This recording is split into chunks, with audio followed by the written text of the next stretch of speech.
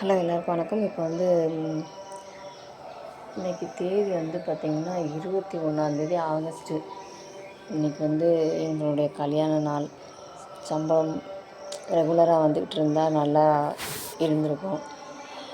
இன்றைக்கி என் பையனுக்கு ரொம்ப முடியாத ஒரு சூழ்நிலை. 2 நாளாக ஹாஸ்பிட்டலில் இருந்திருக்கோம். இன்னும் கூட என் மகனுக்கு இன்னும் சரியாகலை.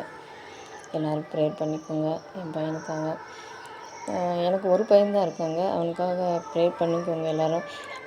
இந்த மையத்திரி இதில் தான் நாங்கள் ஃபுல்லாக நான் என்னுடைய ஹஸ்பண்ட் ஒர்க் பண்ணிக்கிட்டு இருக்கோம். கண்டிப்பாக நல்ல ஒரு எங்களுக்கு ஒர்க் பண்ண கண்டிப்பாக எனக்கு எம்டி சார் கொடுப்பாரு.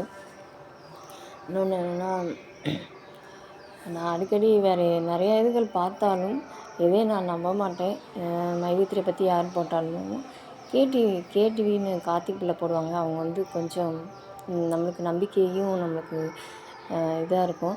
நேற்று அவங்க போட்ட வீடியோ ஏற்கனவே ஆகஸ்ட் 15க்குள்ளே வந்துடும் அப்படின்னு சொல்லும்போது ரொம்ப தைரியமாக இருந்துச்சு. நான் அதுக்கேற்ற மாதிரி பிளான் போட்டு வச்சேன். வரல. அதுக்கடுத்து கொஞ்சம் மனசோர்வானது, தைரியம் இழந்தேன்.